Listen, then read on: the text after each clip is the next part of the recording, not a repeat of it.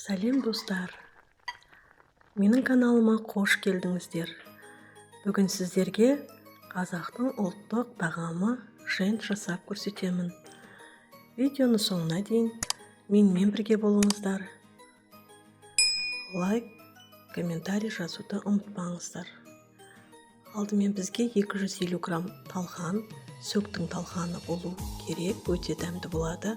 Және құмшекер, сары май ерітілген және сгущенка қажет болады.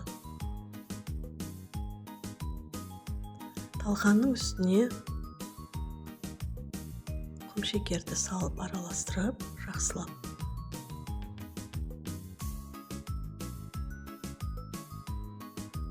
Оның үстіне сұйық май, ерітілген сары майымызды құямыз және сгущенканы құямыз. Барлығын жақсылап осылай араластырып,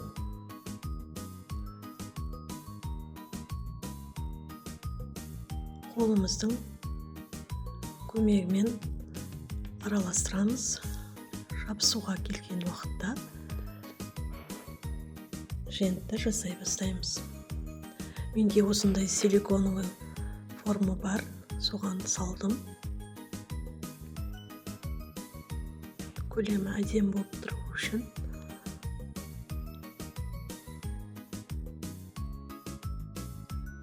Кішкентай қасықпен формаларға талқанды орналастырып жатырмын.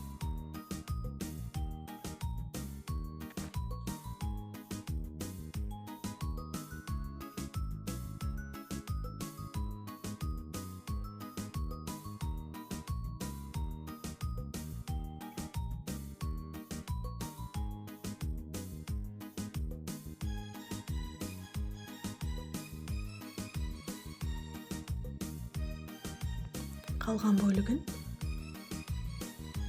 қолыммен дөңгелек сопақша қылып форма жасап аламын.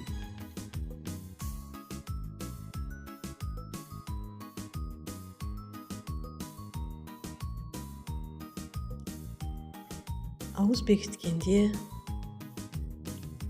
шайға тәтті орнына қосып жесеңіздер, өте дәмді. Ауыз бекіткенде әсіресе жесеңіздер, тоқ болып жүресіздер.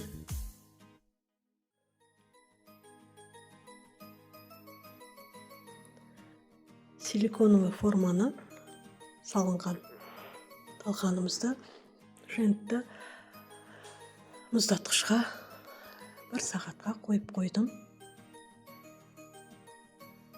Қалған бөліктерін осылай қолмен форма жасап жатырмын.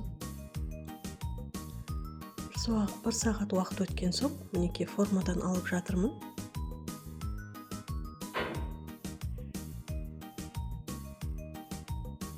Осылайша сіздер де жасасаңыздар болады. Өте керемет шықты. Менің каналыма тіркеліп, лайк басып, комментарий жазуды ұмытпаңыздар. Сіздермен бірге болған Жанар.